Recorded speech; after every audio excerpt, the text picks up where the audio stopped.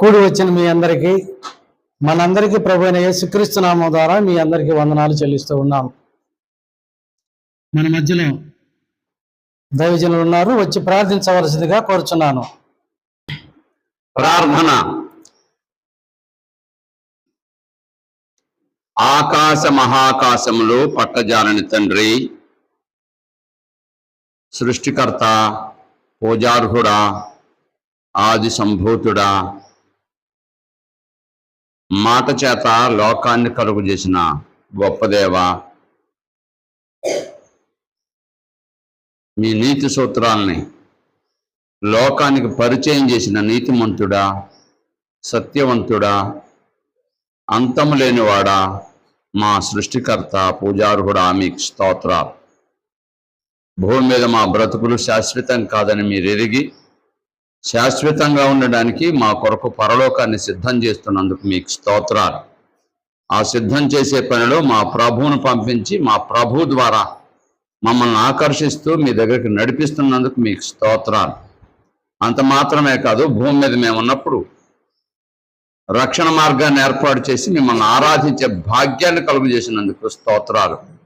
మీ సన్నిధిలో నిలవబడి తండ్రి అని పిలిచేటువంటి అవకాశం కల్పించినందుకు స్తోత్రాలు. యోగ్యులను కాకపోయినప్పటికీ యోగ్యత కలిగించిన దేవా, మీకు స్తోత్రాలు. ఎన్నిక లేని వారం, లోకంలో నీచులం అయినా మీరు ఏర్పాటును బట్టి మమ్మల్ని మీ పిల్లలను పిలిపించుకునే అవకాశం మాకు కల్పించారు. అందుకు మీకు స్తోత్రాలు.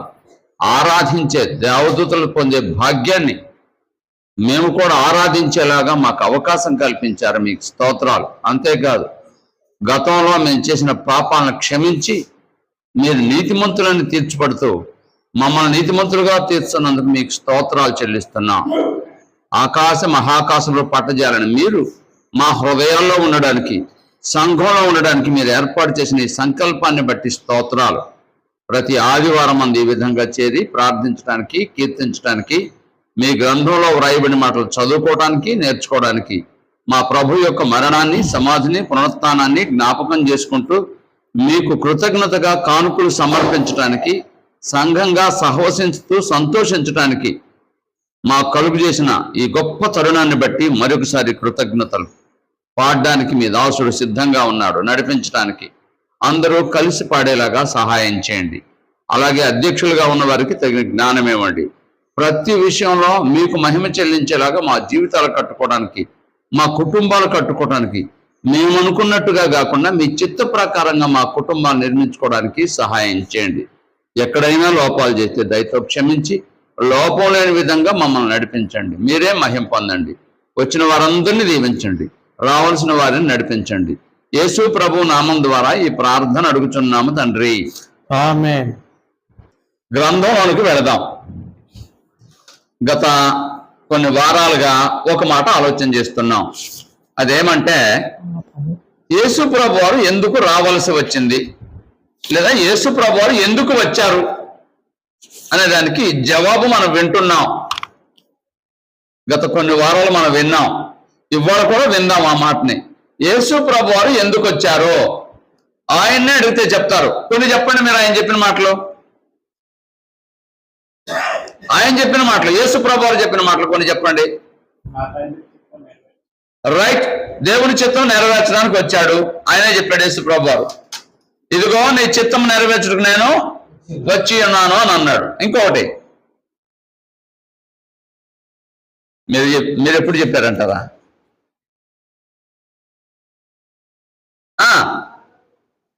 నా దాకా వినపడాలి కదా. మీరు ఎవరో చెప్తున్నారు,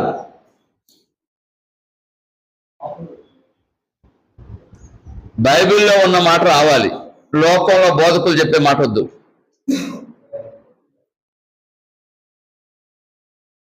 బోధకులు బోల్డని చెప్తారు, బైబిల్లో ఉన్న మాట కావాలి. అలవాటు అయిపోయింది చాలా మాటలు మాట్లాడడం. గ్రంథాన్ని మాట్లాడాలి మనం. అయితే గుర్తు చేస్తాను, కొంచెం మీకు జ్ఞాపకం చేస్తాను. అది చెప్తే మీకు అర్థమవుతుందేమో. యేసు ప్రభు వారు ఎందుకు వచ్చారు అంటే, సిలువ దగ్గర పిలాతుతో మాట్లాడారు. ఇప్పుడు అర్థమై ఉండాలి మీకు. సిలువ దగ్గర పిలాతుతో మాట్లాడాడు. బైబిల్ ఎక్కర్లేదు. సరే, నేనే చెప్తాను. 18వ అధ్యాయం యోహాను సువార్త 37వ వచనం చదవండి. యోహాను సువార్త 18వ అధ్యాయం 37వ వచనం.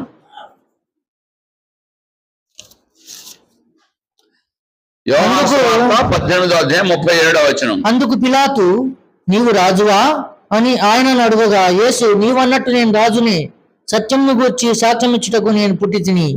ఇంకోసారి చదువుతాం చివరి పదం.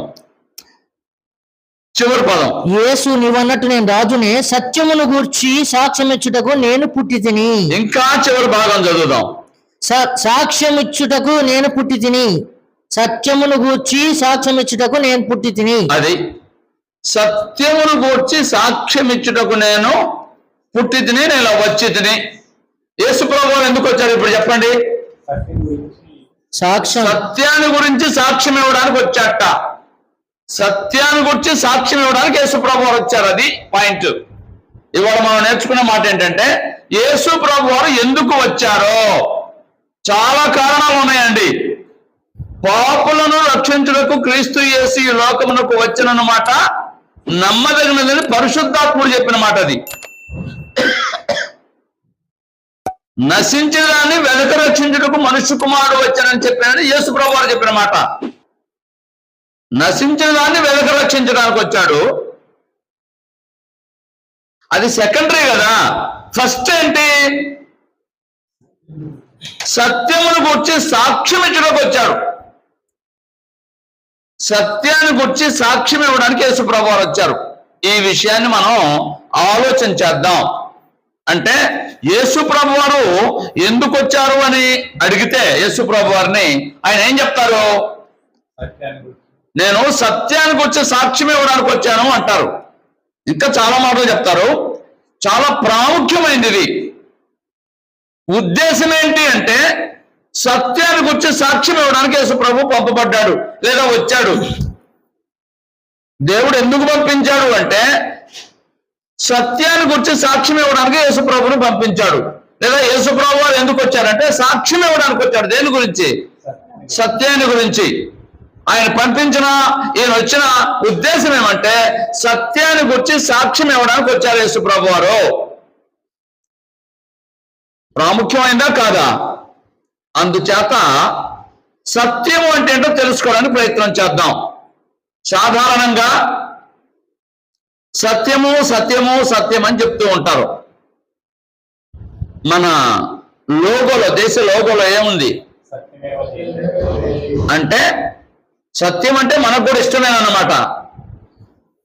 అయితే విషయం ఏమంటే, చాలాసార్లు చెప్పాను, కొంతమంది దేవుడు ఒక్కడే అని చెప్తారు. అది సత్యమే, కానీ ఆ దేవుడు ఎవరో చెప్పరు. పెద్ద ప్రాబ్లం ఇది. సత్యంగా ఉండాలి అని చెప్తారు, కానీ ఉండరు. లంచం ఇవ్వకూడదు అని చెప్తారు, కానీ ఇస్తుంటారు, తీసుకుంటూ ఉంటారు. అంటే చెప్పేది వేరు, ఆచరించేది వేరు అన్నమాట లోకంలో. అది యేసు ప్రభువారు మాత్రమే చెప్పడమే కాదు, చేసి చూపించారు. అది ఆయన ప్రత్యేకత. లోకంలో మనుషులందరూ కరెక్ట్ గా ఉండాలని, అవతల వాళ్ళు కరెక్ట్ గా ఉండాలని కోరుకుంటారు. అవతల వారు కరెక్ట్ గా ఉండాలని కోరుకుంటారు, కానీ నేను కరెక్ట్ గా ఉండాలని కోరుకోరు. ఇక్కడికి క్లాసులకు చాలా మంది వస్తుంటారు. ఒక్కొక్కరు సంవత్సరం నుంచి వస్తున్నాడు, ఎప్పుడు ఆలస్యంగా వస్తుంటాడు. ఎప్పుడు వచ్చిన తర్వాత క్రమశిక్షణ లేదు. నేను చాలా సార్లు అతన్ని మాట్లాడుతూ హెచ్చరిస్తూ, అయ్యా మీరు ఎందుకు వస్తున్నారు? ఖచ్చితంగా ఉండాలి కదా, క్రమశిక్షణ ఉండాలి కదా, ఇంత వయసు వచ్చినా మీకు ఎందుకు అలా చేస్తున్నారు అంటే, సార్ ఎవరు సార్ ఖచ్చితము అని అంటాడు. ఎవరు కరెక్ట్ సార్ అంటాడు. అప్పుడు చూసి చూసి విని విని నేను ఒక మాట చెప్పాను, అటువంటిప్పుడు నువ్వు ఎందుకు రావడం అంటే, వాళ్ళు ఎవరో కరెక్ట్ గా లేరని నీవు కూడా కరెక్ట్ గా ఉంటాను ప్రయత్నం చేయడం లేదు, అసలు ఆ ప్రయత్నమే చేయలేదు, నువ్వు ఎందుకు రావడం అని అన్నాను. అదేంటి సార్ అలాగంటారు, అందరూ లాగా నేను కూడా అంటాడు. అందరిలాగా కాదు, యేసు ప్రభువుని నమ్ముకుంటే అందరిలాగా కాదు, యేసు ప్రభువులాగా ఉండడానికి ప్రయత్నం చేయాలి అని చెప్తాడు. సాధ్యం కాదు సార్ అంటాడు. సాధ్యం కాకపోతే నువ్వు ఎందుకయ్యా అసలు ఇక్కడికి రావడం? యేసు ప్రభు వారు సాధ్యం కాదు మనకి ఇచ్చాడా అంటే లేదు. అంటే సాధ్యమా కాదు అంటే సాధ్యమే. నీకు సాధ్యం కాకపోతే అందరూ సాధ్యం కాదని ఎందుకు అనుకుంటావు అని చెప్తాను. అయినా కొందరు అలవాటు అయిపోయారు. దేనికి? లోకంలాగా నడుచుకోవడానికి అలవాటు అయిపోయారు. నేను మరలా చెప్తున్నాను, యేసు ప్రభు వారు అందరిలాగా నడవలేదు. దేవుని చిత్తం ఎలా ఉందో అలా నడవడానికి ప్రయత్నం చేశారు, అలా నడిచారు. అందుచేత ఇవాళ మనం సత్యము అంటే ఏంటో తెలుసుకోవడానికి ప్రయత్నం చేద్దాం. సత్యము అంటే ఏంటి అంటే భాషకు అర్థం చెప్తాను ముందు, తరువాత బైబిల్ దగ్గరికి వెళ్దాం. భాషకు అర్థం ఏమంటే, సత్యం అనే మాటకు అర్థం ఎన్నటెన్నటికి మారనిది. ఎన్నటెన్నటికి మారనిది సత్యం అంటే. ఉదాహరణకి నిత్య సత్యాలను కొన్ని చెప్తా ఉంటారు. అందులో ఒకటి అందరికీ తెలిసింది చెప్పండి. రైట్, ఇది అందరికీ గుర్తుంటుంది. సూర్యుడు తూర్పున ఉదయిస్తాడు, అది సత్యం. ఎప్పుడైనా అది మార్పు జరుగుతుందా? అది సత్యం అంటే. ఏదో చెప్పి సత్యం అంటారు కొంతమంది, అది సత్యం కాదు. అవసరాన్ని బట్టి మాట్లాడతారు, సత్యం కాదు. ప్రమాణం చేసేటప్పుడు కూడా చాలా మంది అంతరంగం ఒకటి ఉంచుకొని ప్రమాణం చేస్తారు. ఎందుకంటే అవసరాన్ని బట్టి నేను ఆ తప్పని చేయలేదు. కోర్టులో సాక్ష్యం ఇచ్చేటప్పుడు లేదా కోర్టులో లాయర్ మాట్లాడేటప్పుడు అసలు ముందే చెప్తాడు ఏమని, నువ్వు నిజం చెప్తే నీ మీద ప్రమాదం వస్తుంది, అలా కాదు ఇలా చెప్పని ముందే నేర్పిస్తాడు ఆయన. కానీ అది చెప్పేటప్పుడు ఏమని ప్రమాణం చేస్తాడు? అక్కడ ఏదో ఒక వాళ్ళ ప్రామాణిక గ్రంథం ఉంటుంది, అది ఫలానా అని చెప్పకూడదు. క్రిస్టియన్స్ అయితే బైబిల్, హిందూస్ అయితే భగవద్గీత, ముస్లింలు అయితే ఖురాను, జైన్లు అయితే వాళ్ళ గ్రంథం, వగేరా అవి తీసుకొని వాడిని అబద్ధమాడుతున్నాడని తెలుసు, కానీ ప్రాణం తప్పించుకోవడానికి ఏం చేస్తాడు? సత్యమే చెప్తున్నాను అంటాడు. సత్యమా అబద్ధమా వాడు చెప్పేది? అబద్ధమే. ప్రమాణం చేసేటప్పుడు కూడా అబద్ధం చెప్తారు. మానవుడు ఎటువంటి వాడో చూడండి, కానీ యేసు ప్రభు వారు మాత్రం అలా అబద్ధం ఆడలేదు. అది నేర్చుకోవాలి వాళ్ళ. సత్యము అంటే ఓ మాట చెప్పాను, ఏంటది? ఎన్నటికి మారనిది. మారితే సత్యం కాదు. రెండవ మాట, సత్యము అంటే నిష్కపటమైనది. నిష్కపటమైనది. నిష్కపటం అంటే దురుద్దేశం లేనిది. కపటం అంటే నాటకం. అంటే మనసులో ఒకటి ఉంచుకొని మాట్లాడేది మరొకటి అన్నమాట. మనసులో ఒకటి ఉండి చేసేది మరొకటి. చాలా మంది చేసేది అదే. మనసులో ఉన్నది కాకుండా మరొకటి చేస్తారు. అంటే అంతరంగంలో ఒకటి ఉంది, బయటకు ఒకటి చేస్తారు. మనుషుల కోసం మాట్లాడటం కానీ చేయటం కానీ.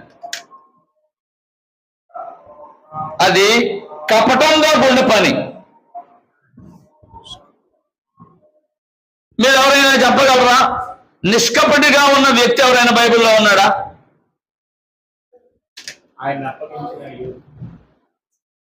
యోబు.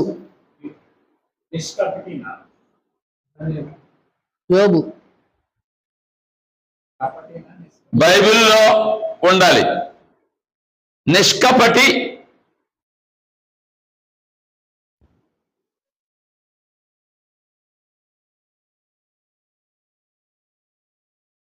ఆలోచించండి. ఉన్నారు, క్రొత్త నిబంధనలోనే ఉన్నారు, యోహాను సువార్తలోనే ఉన్నారు. అంటే మీకు ఐడియా రావడానికి.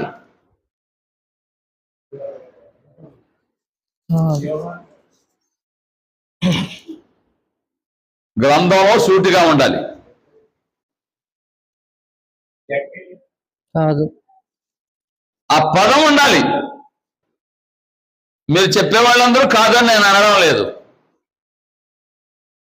గ్రంథంలో సూటిగా ఉండాలి అలాగా.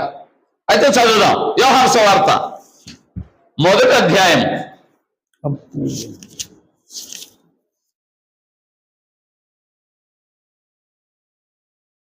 47వ వచనం.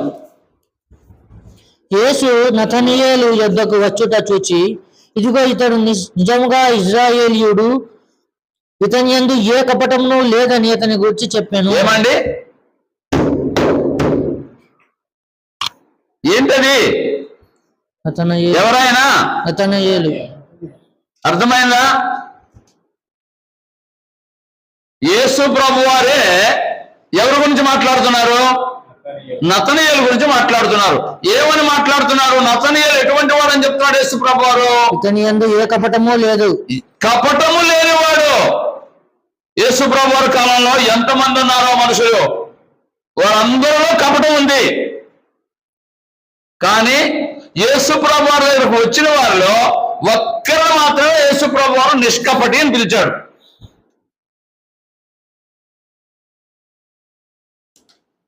ఇస్కరియోత ఎందుకు వచ్చి ఉంటాడు? ఇస్కరియోత యోధ యేసు ప్రభు వారి దగ్గరికి ఎందుకు వచ్చి ఉంటాడు? పట్టించడానికి. అది చివరిలో. యేసు ప్రభు వారు గొప్ప నాయకుడుగా ఉన్నాడు. ఆయన వెంట వెళితే గుర్తింపు వస్తుంది. రెండవది, యేసు ప్రభు వారు ఒక రాజ్యం స్థాపించబోతున్నాడు అనేది గ్రంథం చెప్పింది. పాత నిబంధన. యోహాను గారు వచ్చి పరలోక రాజ్యం సమీపించింది, అదిగో వస్తున్నాడు అని చెప్పారు. యేసు ప్రభు వారు కూడా ఆ బాప్తిసం పొందిన దగ్గర నుంచి పరలోక రాజ్యం సమీపించిందని చెప్పారు. అంటే యేసు ప్రభు వారు ఒక రాజ్యం స్థాపించబోతున్నారు, బాహ్య సంబంధమైన రాజ్యం స్థాపించబోతున్నారు. ఆయన ప్రక్కన మొదలుగా చేరితే నాకు ఆధిక్యత వస్తుంది అనుకున్నారు. ఆధిక్యత కోరుకున్నాడు కాబట్టే ఏం అప్పగించాడు? యేసుక్రీస్తుని అప్పగించలేదు. అది చివరిలో ఆ డబ్బు పెత్తనం అప్పగించాడు, దొంగకు తాళం ఇచ్చేవి ఇచ్చినట్టుగా. నీకు అది కోరుకుంది కదా నాయకుడుగా ఉండాలని, అలాగే ఇదిగో డబ్బు మీద నాయకుడుగా ఉండు. యేసు ప్రభు వారికి తెలుసు యోధా యొక్క సంగతి. అయినా 3.5 సంవత్సరాలు మారుతాడని మాట్లాడుతూనే ఉన్నారు యేసు ప్రభు వారు. ఎన్నడూ అతని ఉద్దేశం మారలేదు, గుర్తుపెట్టుకోండి. ప్రార్థనకు రావడం కాదు, నేను ఇందాకే చెప్పాను. ప్రయత్నం ఉండాలి, యథార్థంగా ఉండాలి, సత్యాన్ని అనుసరించాలి, దేవుడు కోరినట్టుగా జీవించాలి అని ప్రయత్నం ఉంటే సఫలం చేస్తాడు దేవుడు. సఫలం అవుతుంది. ఎవరులేండి ఖచ్చితం అనుకున్నాడంటే నువ్వెన్నడూ పరిపూర్ణుడు కాలేవు. నువ్వు పరిపూర్ణుడు కోరిన ఎడలా ఇది చేయమన్నాడు యేసు ప్రభు వారు. పరిపూర్ణుడు కావాలని కోరుకుండాలి మనిషికి. ఏదో కపటంగా యేసు ప్రభు దగ్గరికి రాకూడదు. అర్థమైనా? సత్యం అంటే ఇప్పుడు చెప్పండి. నిష్కపటమైనది, కపటము లేనిది. ఎంతమంది కపటం లేకుండా మాట్లాడుతున్నారో. మాట్లాడితే అవతల వాళ్ళు బాధపడతారేమో. సత్యం మాట్లాడరు. పౌలు అంటాడు, నేను సత్యం మాట్లాడినందువల్ల మీకు విరోధులైతున్నా అంటాడు. సత్యం మాట్లాడితే విరోధమే, కానీ సత్యం మాట్లాడదామా, కపటంగా మాట్లాడదామా? మనుషులకు విరోధులు అవుతారని దేవుడికి విరోధులు కాకూడదు, గుర్తుపెట్టుకోండి. సత్యాన్ని సత్యంగానే మాట్లాడాలి. 2 మాటలు చెప్పాను. సత్యము అంటే ఎన్నటన్నటికీ మారనిది. సత్యము అంటే కపటము లేనిది. సత్యము అంటే యథార్థమైనది. యథార్థం అన్నా సత్యం అన్నా నిజమన్నా ఒకటేనండి. భాషకు అర్థం చెప్పుకుంటున్నాం ఆ మాటకి. ఏంటంటే సత్యం అంటే ఇప్పుడు 3వది యథార్థత. ఎవరు యథార్థవంతులు చెప్పండి? యోబు యథార్థవంతుడు. రైట్. బైబిల్లో యోబుని గురించి మాత్రమే ఆ మాట ఉందండి. బా, ఒక్కొక్కరికి ఒక ప్రత్యేకత అండి. బైబిల్లో మనం పరిశీలన చేస్తే అబ్రహాంకి ఏం ప్రత్యేకత? విశ్వాసమునకు ప్రత్యేకత. రైట్. దేవుని స్నేహితుడు. దావీదుకి ఏంటి ప్రత్యేకత? రైట్. దేవుడు దావీదుని గురించి మాట్లాడిన మాట నా హృదయానుసారుడు అన్నాడు. యోబుకి ఏంటి ప్రత్యేకత? యథార్థవంతుడు. ఇంకెవరినైనా గురించి మాట్లాడా? గ్రంథం చెప్పలేదండి. ఏమి భాగ్యం అండి యోబుది! ఎంత గొప్పవాడండి యోబు! యోబుని ఎందుకు మనం ఆదర్శంగా తీసుకోకూడదు? యోబు మనలాగే జీవించాడా? మనలాంటి వాడైనా ఆయనకి ఏమైనా ప్రత్యేకత ఉందా? ఆయనకు 2 కాళ్ళు కంటే 3వ కాళ్ళు లేదు యథార్థంగా ఉండడానికి. ఆయనకు 2 తలకాయలు లేవు ఇతిహాసాల్లో చెప్పినట్టు, లేదా ఎక్కువేమీ లేవు. అతను మనలాంటి వాడే. మనుషులందరినీ దేవుడు సమానంగా చేశాడండి. చేసేటప్పుడు మనుషులందరూ ఒకటే. చదవండి ఆ మాట కూడా.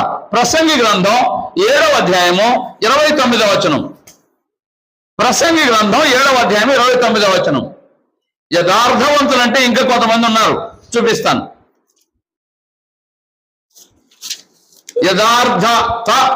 యథార్థత సత్యం అంటే ఇది ఒకటి మాత్రము నేను కనుగొంటిని, ఏమనగా దేవుడు నరులను యథార్థవంతులనుగా పుట్టించను గాని. చాలండి, జాగ్రత్తగా గమనించండి. మనుషులందరూ తల్లి గర్భం నుంచి భూమి మీదకి వచ్చినప్పుడు ఎటువంటి వారో గ్రంథం ఏం చెప్తుందంటే, గ్రంథం అంటే బైబిల్, తెలుగులో గ్రంథం, ఇంగ్లీష్లో బైబిల్. అది తేడా. నేను తెలుగే మాట్లాడుతున్నాను. గ్రంథం ఏం చెప్తుందంటే, దేవుడు నరులను యథార్థవంతులుగా పుట్టించాడు.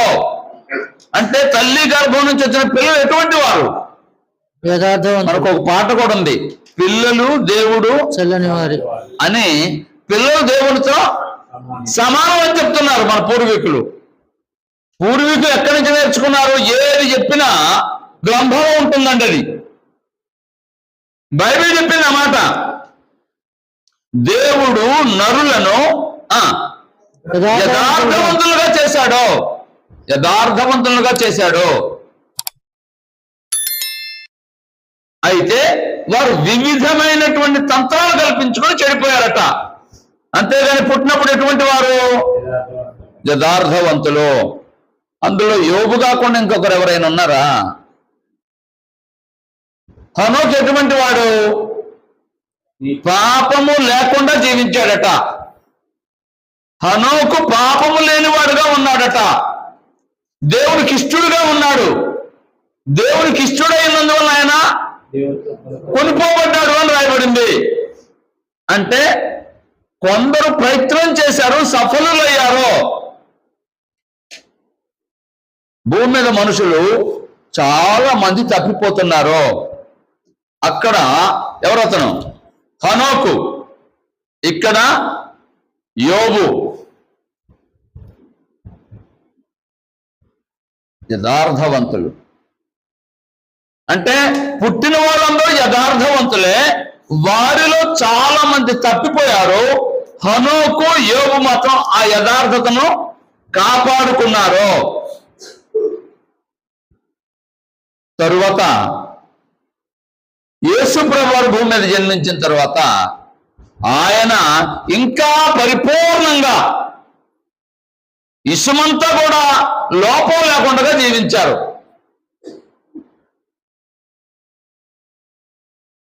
నేను 3 మాటలు చెప్పాను. సత్యము అంటే ఎన్నటన్నిటికీ మారనిది.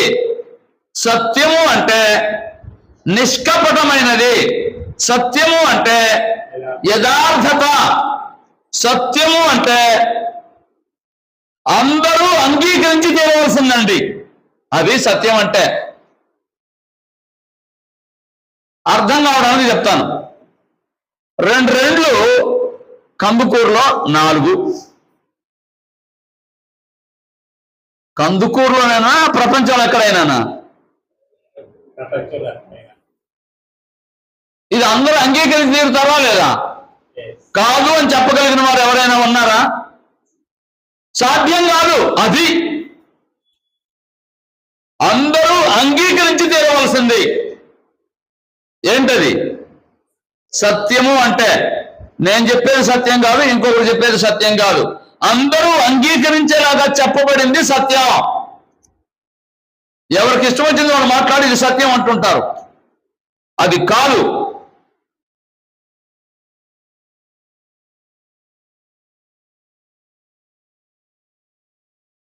కొద్దిసేపు ఈ మాట ఆలోచన చేద్దాం. సత్యము అంటే ఏంటో తెలుసుకోవడానికి ప్రయత్నం చేద్దాం. ఇది లోకంలో ఉన్న మాటకు అర్థం చెప్తాను, సత్యం అనే మాటకు అర్థం చెప్తాను. ఇంకొక మాట చెప్తాను. అసలు సత్యం అనేది తెలుగా? సంస్కృతం. మరి తెలుగు ఏంటి? అది కూడా సంస్కృతం. అది కూడా అదే. నిజము. నిజము నిద్రపోయిన వాళ్ళు చెప్తారు. సత్యం అంటే ఏంటి ఇప్పుడు చెప్పండి? నిజం. మనకు ఒక సామెత ఉంది నిజాన్ని గురించి, అందరూ తెలిసిన సామెత. ఎవరు చెప్తారు? చాలా ఉన్నాయి సార్. చాలా. ఏదైనా ఒకటి గుర్తు చేయండి. నిజం ఇప్పుడు లాంటిది. రైట్. ఇంకోటి రైట్. ఇంకొకటి నిజం నిలకడగా తెలుస్తుంది. నిలకడ తర్వాత అంటే చాలా కాలం తర్వాత తెలుస్తుంది.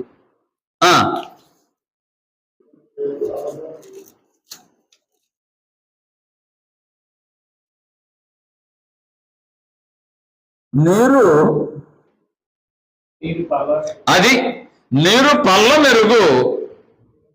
నిజం దేవుడికి మాత్రమే తెలుసు. నిజం దేవుడికి మాత్రమే తెలుసు. అక్కడ నిజం చెప్తున్నారో అబద్ధం చెప్తున్నారో, నేను నిజమే చెప్తున్నానని ప్రమాణం చేస్తారు గ్రంథం మీద చేయి వేసి. నిజం చెప్తున్నాడో అబద్ధం చెప్తున్నాడో ఎవరికి తెలుస్తుంది? ఒక్క దేవుడికి మాత్రమే తెలుసు. దేవుడికి మాత్రమే తెలుసు. అది అంటే ఇంకో విధంగా చెప్పాలంటే సత్యము అంటే దేవుడు. ఇంకా అందరి దగ్గర ఏదో ఒకటి ఉంటుంది. సత్యం అంటే దేవుడు. దేవుడు ఒక్కడు అనేది సత్యం. గుర్తుపెట్టుకోండి, దేవుడు ఒక్కడు అనేది సత్యం. దేవుడు సత్యం అయితే దేవుడు ఒక్కడనేది సత్యం. అది సత్యం అంటే ఏంటో మనం తెలుసుకున్నాం. ఇప్పుడు మరొక మాట వినబోతున్నాం. సత్య సంబంధులు కానివారు ఎవరో? సత్య సంబంధులు కానివారు ఎవరో?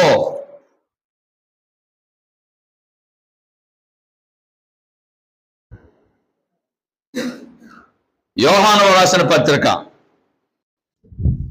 మొదటి పత్రిక 2వ అధ్యాయము.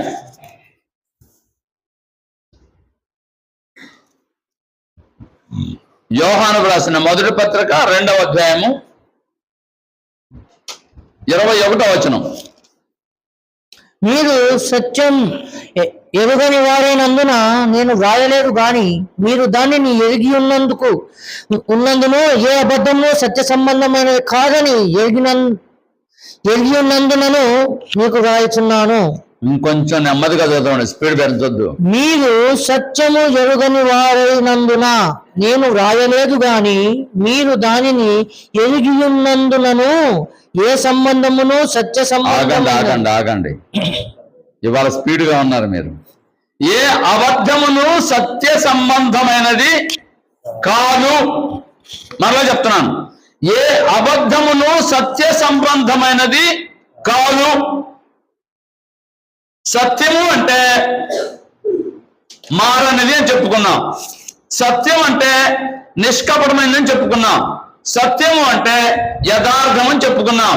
సత్యము అంటే నిజము అని చెప్పుకున్నాం. సత్యం అంటే అందరూ అంగీకరించి తీరవలసిందని చెప్పుకున్నాం. ఇది సత్యం అంటే. గ్రంథం ఏం చెప్తుందంటే ఏ అబద్ధమును ఏంటంట సత్య సంబంధమైనది కాదు అని ఎరిగి ఉన్నందునను మీకు వ్రాయుచున్నాను. ఏ అబద్ధం కూడా ఏం కాదు, సత్య సంబంధమైనది కాదు. అంటే జాగ్రత్తగా మనం పరిశీలన చేయాలి. ఇక్కడ మనుషుల దగ్గర నుంచి ఏదైనా వచ్చిందంటే అదేంటి? సత్య సంబంధం కాదు. సత్య సంబంధం కాదు. చాలా మంది నాయకులు ఉన్నారు, మత స్థాపకులు ఉన్నారు, వారందరి నుంచి వచ్చింది. ఒక మతం అంటే సాధారణంగా ఒక్కొక్క మూల పురుషుడు ఉంటాడు, దానికి మతాన్ని ప్రారంభించిన వాడు. అతను చెడ్డవాడు నేను అనడం లేదు, అతని ఉద్దేశం మంచిదే ఉండొచ్చు, కానీ దేవుడితో ఎవడు సమానం కాదు. మనుషుల దగ్గర నుంచి ఏదైనా ఒక మతం వచ్చింది అంటే అది వాడి యొక్క లేదా అతని యొక్క తత్వం.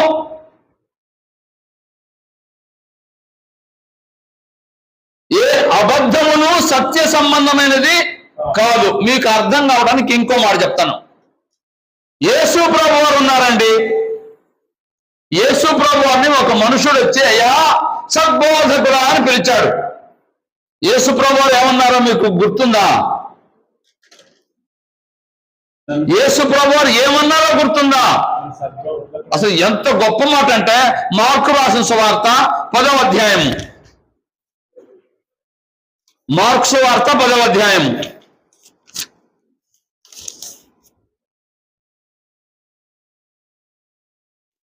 17వ వచనం. ఆయన బయలుదేరి మార్గము పోచుండగా ఒకడు పరిగెత్తుకొని వచ్చి ఆయన ఎదుట మోకాళ్ళుని, సద్బోధకుడా, నిత్య జీవమునకు వారసుడగుటకు నేనేమి చేయదునని ఆయనను అడిగాను. ఆగండి, ఇక్కడ యేసు ప్రభు వారు అంటున్న మాట ఏమంటే సద్బోధకుడా. ఏ బోధకుడు? సద్బోధకుడా, సత్యమైన బోధకుడా అని యేసు ప్రభు వారిని సంబోధించారు. యేసు ప్రభు వారు ఏమన్నారు దానికి? 18వ వచనం. నన్ను సత్పురుషుడని ఎలా చెప్పుచున్నావు? నేను కూడా మనిషినే, ప్రస్తుతం నేను కూడా మనిషినే. ప్రస్తుతం అంటే యేసు ప్రభు శరీరంలో ఉన్నాడు కాబట్టి నన్ను ఎలా చెప్పుచున్నావు? దేవుడు ఒక్కడే గాని మరి ఎవడను సత్పురుషుడు కాడు. అంటే నన్ను ఆ పేరుతో పిలవద్దు. ఎవరు సత్పురుషుడు? ఎవరు సత్యం? దేవుడు. దేవుడు మాత్రమే సత్యవంతుడు. అయ్యా అమ్మ మరలా వినండి, ఎవరు సత్యం ఇప్పుడు చెప్పండి? దేవుడు సత్యవంతుడైతే దేవుని దగ్గర నుంచి వచ్చే ప్రతిదీ సత్యం. దేవుని దగ్గర నుంచి వచ్చేది సత్యం. దేవుని దగ్గర నుంచి కాకుండా మరి ఎక్కడి నుంచి అయినా వచ్చిందంటే ఏమవుతుంది? అసత్యం. అసత్యం. అసత్యం జనరంజకం అన్నారు. దేవుడు చెప్పిన మాటలు కొన్ని కఠినంగా ఉండొచ్చు, మనుషులు చెప్పిన మాటలు జనరంజకం. మనుషులు రంజింపజేస్తారు కదా, సంతోష పెట్టడానికి కదా మనుషులు ప్రయత్నం చేస్తారు. ప్రభుత్వానికి నష్టమని తెలుసు, ప్రభుత్వం చేయలేదని తెలుసు, రాజకీయ నాయకులు చేసే వాగ్దానాలు ఎలా ఉంటాయి? సాధ్యం కాకపోయినా చేస్తారు వాగ్దానాలు, అవునా కాదా? వాళ్ళకి తెలుసు అది తప్పని. దేనికోసం చేస్తున్నారు?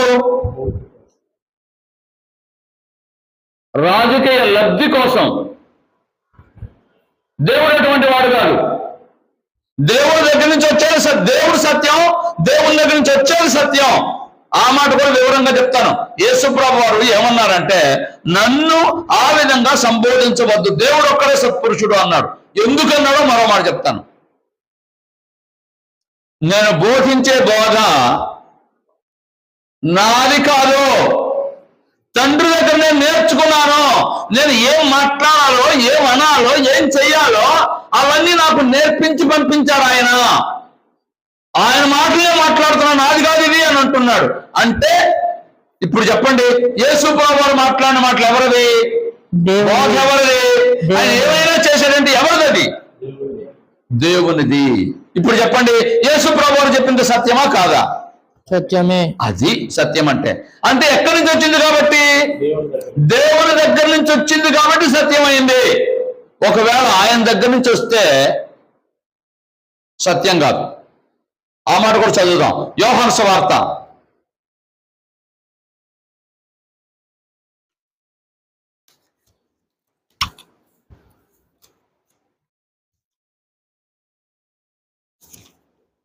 5వ అధ్యాయం 31వ వచనం.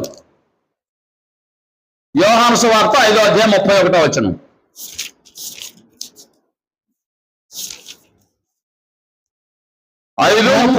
నన్ను గూర్చి నేను సాక్ష్యము చెప్పుకొని ఎడల నా సాక్ష్యం సత్యము కాదు. నన్ను గూర్చి నేను సాక్ష్యము చెప్పుకొని ఎడల అంటే నా గురించి నేను మాట్లాడుకుంటే అదేం కాదు? సత్యం కాదు. సత్యం కాదు. యేసు ప్రభువే చెప్తున్నారు, నేను మాట్లాడితే సత్యం కాదు. మరి ఎవరు మాట్లాడాలి? నన్ను గూర్చి సాక్ష్యం ఇచ్చి అడగలడు. నేను మాట్లాడితే సత్యం కాదు. నేను మాట్లాడేది ఎవరి నుంచి వచ్చింది? దేవుడి దగ్గర నుంచి వచ్చింది. కాబట్టి దేవుడు నాకు నేర్పించి పంపించాడు. కాబట్టి దేవుని దగ్గర విన్నాను. కాబట్టి దేవుని దగ్గర చూశాను. కాబట్టి దేవుడు నాకు ఆజ్ఞాపించాడు. కాబట్టి దేవుడు నాకు అనుగ్రహించాడు. కాబట్టి నేను ఆయన మాటలు మాట్లాడుతున్నాను. అందుచేత అది సత్యం. దేవుడు సత్యం, దేవుని దగ్గర నుంచి వచ్చిన మాట సత్యం, దేవుని దగ్గర నుంచి వచ్చిన యేసు ప్రభువు చెప్పిన మాట సత్యం.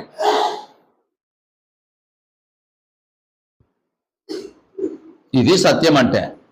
అంటే ఏ మనుషుడు చెప్పినా సత్యం కాదు. చివరికి యేసు ప్రభువు చెప్పినా కానీ ఆయనంతటా ఆయన మాట్లాడతాడు సత్యము కాదని ఆయనే చెప్పాడు. ఏంటండి మనుషులందరూ నాకు అనిపించింది, నాకు తలంపు కలిగింది, నేను భ్రమపడ్డాను, నేను అలా చేశాను, ఇలా చేశాను, నేను చెప్తున్నానని చెప్తున్నారంటే వీళ్ళందరూ చెప్పేది అబద్ధమా నిజమని ఇప్పుడు చెప్పండి. ప్రతి బోధకుడు, ప్రతి నాయకుడు, ప్రతి మతస్థాపకుడు అబద్ధం చెప్పాడా నిజం చెప్పాడా? వాడు మంచి చెప్తే చెప్పొచ్చండి, నేను వాడిని తప్పు పట్టడం లేదు. కొన్ని మంచి ఉండొచ్చు, కొన్ని కాదు, ఎక్కువ మంచి ఉండొచ్చు. అందులో 1-2 అయినా తప్పు ఉంటాయి. అర్థం కావడానికి చెప్తాను. ఏదైనా తోటలో ఆదామవులతో అపవాది చాలా నిజాలు చెప్పాడు. చాలా నిజాలు చెప్పాడు. నేను అందులో చెప్పాను ఒకటి, పండు తింటే చావరు అనేది నిజం. శరీరం చావదు, అతను తెలుసు అది. పండు తింటే దేవదూతలాగా అవుతారనేది నిజం. పండు తింటే మంచి చెడ్డలు తెలివి వస్తుందని తెలుసు. నేను 3 మాటలు చెప్పాను. పండు తింటే చావరని తెలుసు శరీరంలో. పండు తింటే దేవదూతలాగా అవుతారని తెలుసు, అది నిజమే. పండు తింటే మంచి ఏంటో చెడ్డ ఏంటో తెలుస్తుందని తెలుసు. నిజం చెప్పాడా అబద్ధం చెప్పాడా? నిజమే చెప్పాడు. అయితే అబద్ధం ఏంటి? పండు తింటే కన్నులు తెరవబడతాయని కూడా చెప్పాడు. తెరవబడయా లేదా? అది కూడా నిజమే. ఇప్పుడు 4 చెప్పాను. 4 4 నిజాలే. అయితే 3 పచ్చి నిజాలు. 4వది చావదనేది, శరీరం చావదనేది నిజం. ఆత్మ దేవునికి దూరం అయిపోతుందనేది అబద్ధం. అంటే అది తెలుసు, దేవునికి దూరం అయిపోతామో అపవాదికి తెలుసు, కానీ ఏం చేయలేదు, అది చెప్పలేదు. అంటే 4 3.5 నిజాలు, మాత్రమే అబద్ధం. నా మాట అర్థమైనది ఈ పాటికే. ఎక్కువ నిజాలు చెప్పాడా, ఎక్కువ అబద్ధాలు చెప్పాడా అపవాది? ఎక్కువ నిజాలు చెప్పాడు. ప్రతి మతంలో, ప్రతి శాఖలో, ప్రతి ఇజం వాటిల్లో చాలా మంచి విషయాలు ఉంటాయి. చాలా చాలా మంచి విషయాలు ఉంటాయి. అందులో కొన్ని మాత్రం చెడ్డ ఉంటాయి, అంటే అబద్ధాలు ఉంటాయి. అది కానీ సత్యం కాదు. అది సత్యం కాదు. మంచి ఉన్నంత మాత్రం సత్యం కాదు, మంచి ఉన్నంత మాత్రం చేత అది సత్యం కాదు. దేవుని దగ్గర నుంచి వస్తేనే సత్యం అది. ఇప్పుడు చెప్పండి, చాలా మతాలు ఎక్కడి నుంచి వచ్చాయి మీకు తెలుసు.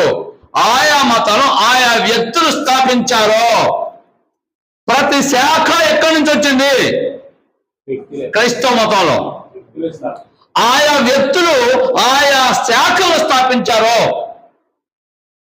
అసలు సంఘము అంటే ఒక్కటే, దేవుడు అంటే ఒక్కటే. ఎలాగో సంఘము అంటే కూడా ఒక్కటి.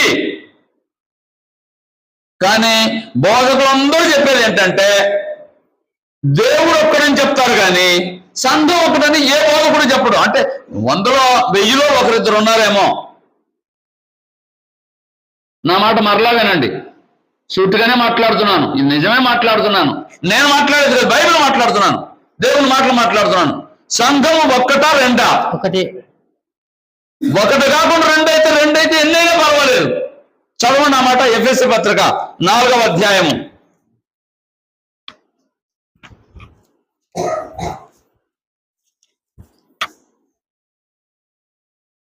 4వ వచనం. శరీరం ఒకటే, ఆత్మయు ఒక్కడే. ఆ ప్రకారమే మీ పిలుపు విషయమై ఒక్కటే నిరీక్షణ యుండుటకు పిలువబడుతుంది. ప్రభువు ఒక్కడే, విశ్వాసం ఒక్కటే, బాప్తిస్మం ఒక్కటే. ఇంకోటి ఉంది, అందరికీ తండ్రి అయిన దేవుడు ఒక్కడే. చూడండి, దేవుడు ఎంతమంది? ఒక్కడు. బాప్తిస్మాలు ఎన్ని? ఒకటి. ఒక్కటి. విశ్వాసాలు ఎన్ని? ఒక్కడి. ప్రభువులు ఎంతమంది? నిరీక్షణలు ఎన్ని? శరీరాలు ఎన్ని? ఆత్మలు ఎన్ని?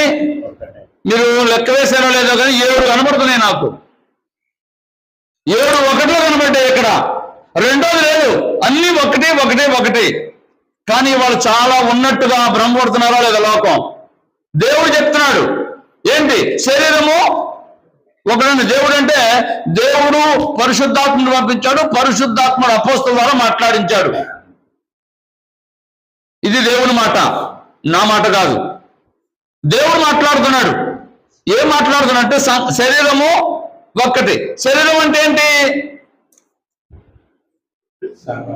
ఎఫెసీ పత్రిక 1వ అధ్యాయం 23వ వచనం. ఆ సంఘము ఆయన శరీరము. ఆ సంఘము ఆయన శరీరము. సంఘం అంటే శరీరం, శరీరం అంటే సంఘం. ఇప్పుడు చదవండి, శరీరము ఒక్కటే అంటే సంఘము ఒక్కటి. అదేంటండి? ఏ సంఘమైనా పర్లేదని మనుషులందరూ మాట్లాడుతున్నారు. ఎక్కువ మంది. ఏ సంఘమైనా ఒక్కటే అన్నాడంటే సంఘాలు ఉన్నాయనే లేవనా? చాలా ఉన్నాయనే ఒకటనే వాళ్ళ అర్థం. చాలా ఉన్నాయని. మరి దేవుడు ఏం చెప్తున్నాడు? ఒక్కటన్నాడు. దేవుని మాట నిజమా? వాళ్ళు చెప్పే మాట నిజమా? వాళ్ళు గొప్పవారండి,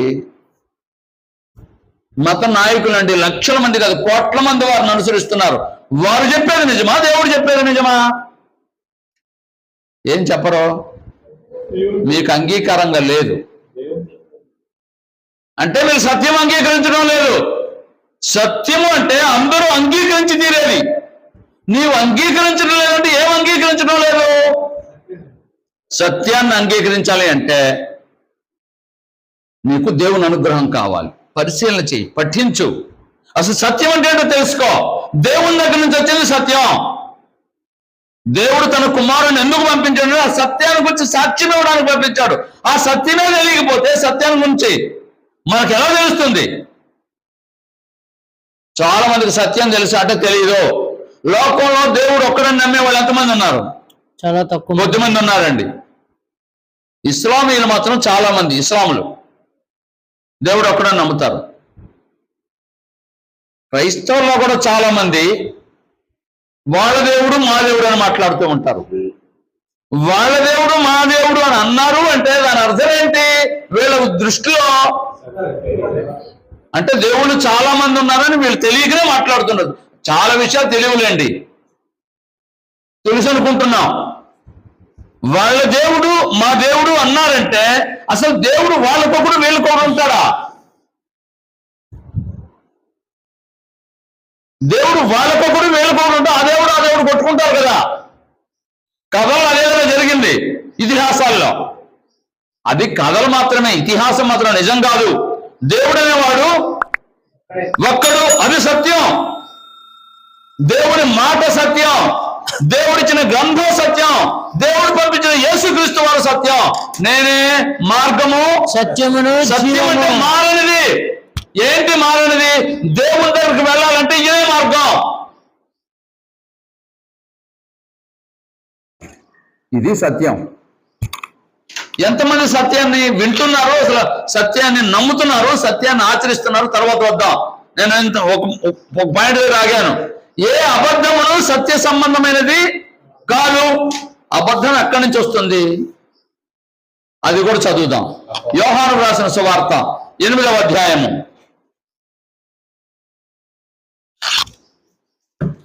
44వ వచనం.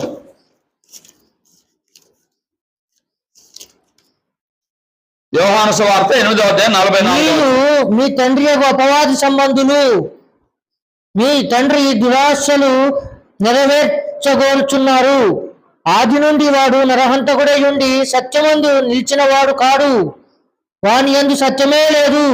వాడు అబద్ధమాడినప్పుడు తన స్వభావము అనుసరించియే మాట్లాడును. వాడు అబద్ధకుడు, అబద్ధమునకు జనకుడై ఉన్నాడు. చూడండి ఆయన, వాడు అబద్ధికుడును,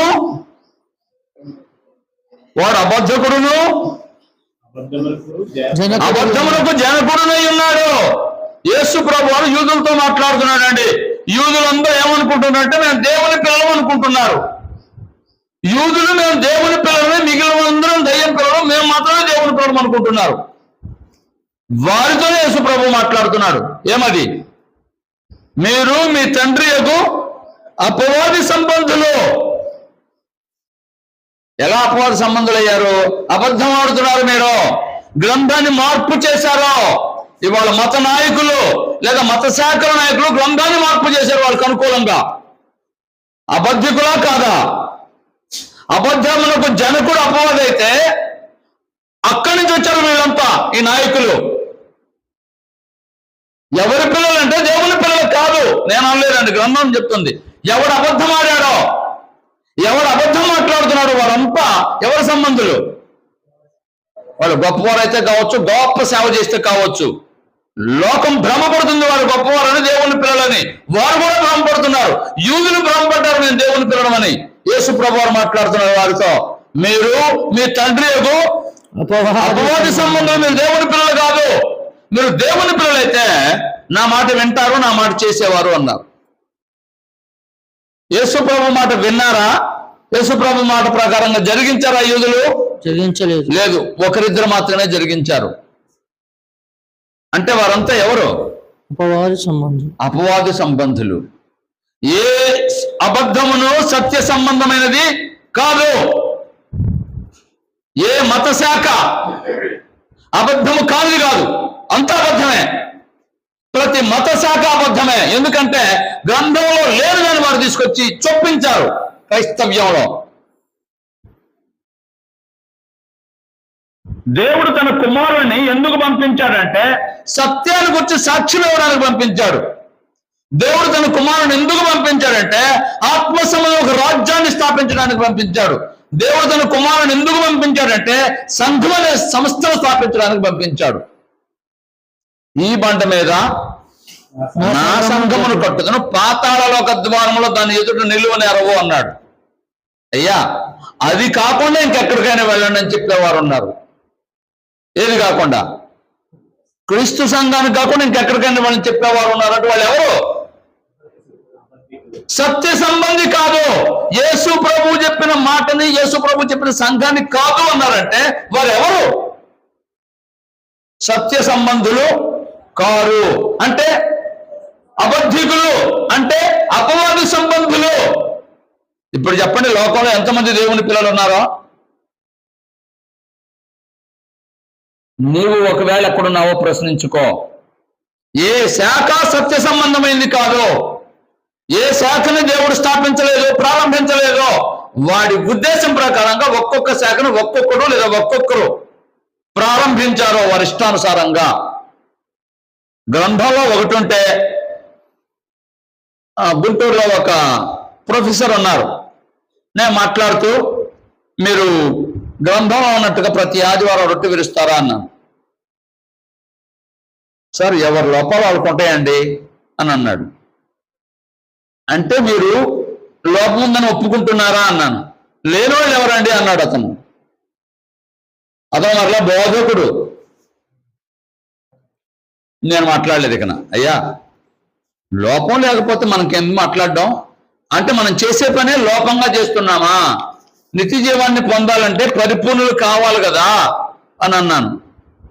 సార్, ఇంక వద్దులేండి అని అన్నాడు. నేను కూడా అమ్మనైపోయాను. అంటే ఎలా ఉన్నామంటే మనుషులు అనే బోధకులు అనేవారు లేదా క్రైస్తవులు అనబడేవారు గ్రంథంలో ఉన్నట్టు చేయడానికి పరిపూర్ణత చెందడానికి ఇష్టపడటం లేదు, సత్యాన్ని అంగీకరించడం లేదు. అక్కడికి వస్తాను. నేను ఒక మాట చెప్పాను, సత్యం అంటే మాటకు అర్థం చెప్పాను. సత్య సంబంధులు కాని వారు ఎవరో చెప్పాను. నేను చెప్పలేదండి, బైబిల్ మాట రుజువుతో మాట్లాడుతున్నాను నేను. సత్య సంబంధులు ఎవరో ఇప్పుడు విందాం. యోహాను రాసిన మొదటి పత్రిక 3వ అధ్యాయం 18వ వచనం.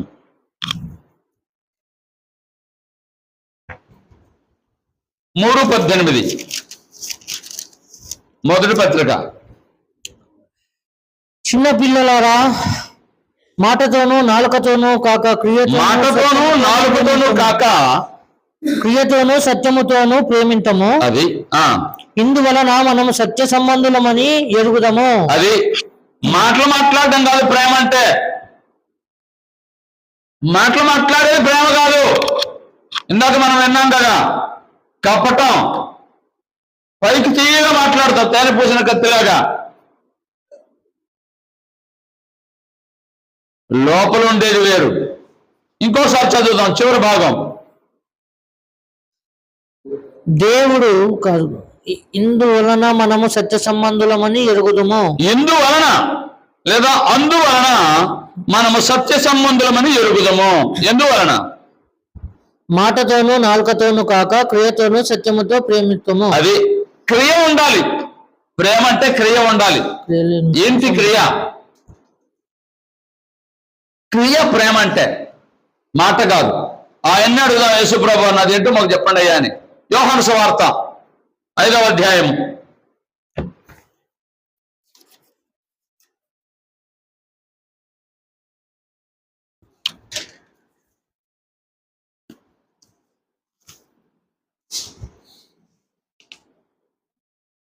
6వ అధ్యాయం 28, 29 వచనాలు చదువుదాం.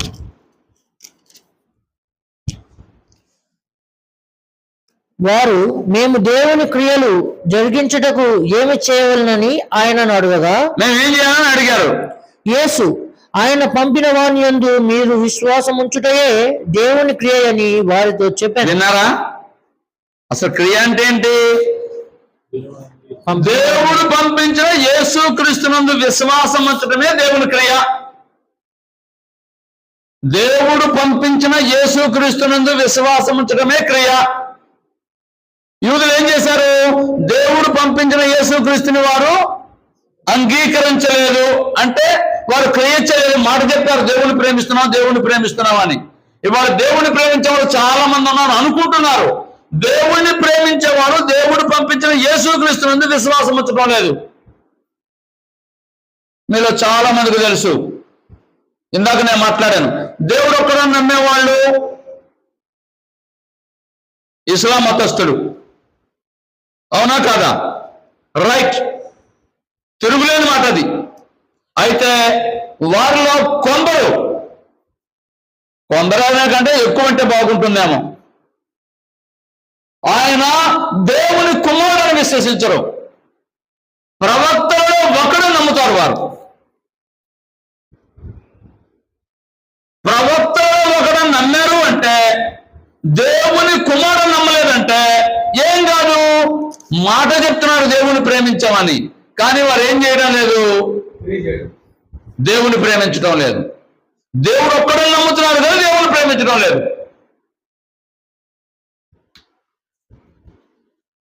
వారి విశ్వాసం మంచిదే, దేవుడు ఒక్కడని నమ్మడం. దేవుడు ఒకడని దయ్యం కూడా నమ్ముతుందట.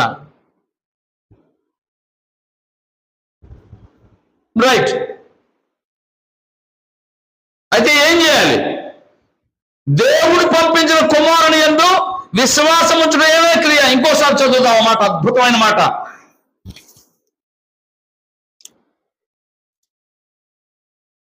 వారు మేము దేవుని క్రియలు జరిగించుటకు ఏమి చేయవాలని ఆయనను అడగగా, యేసు ఆయన పంపిన వాని యందు మీరు విశ్వాసం ఉంచుటయే దేవుని క్రియ అని. దేవుని క్రియ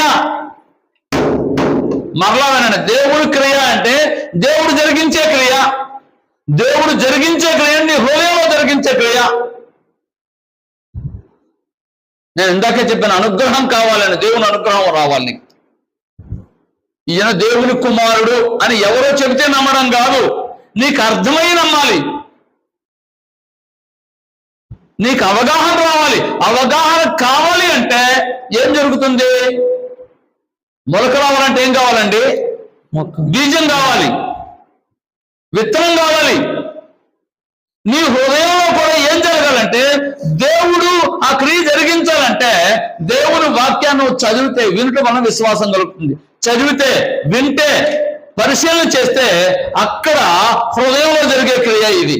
చాలా మందికి యేసు దేవుని కుమారుడు అని అర్థం కాదు, నమ్మరు. ఆయనే ఈయన, ఈయన ఆయన నమ్ముతారు.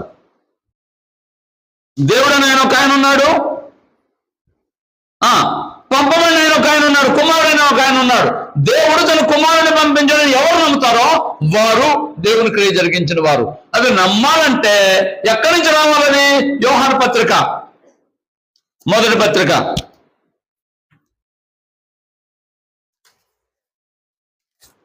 సత్యం నమ్మాలంటే, అర్థం కావాలంటే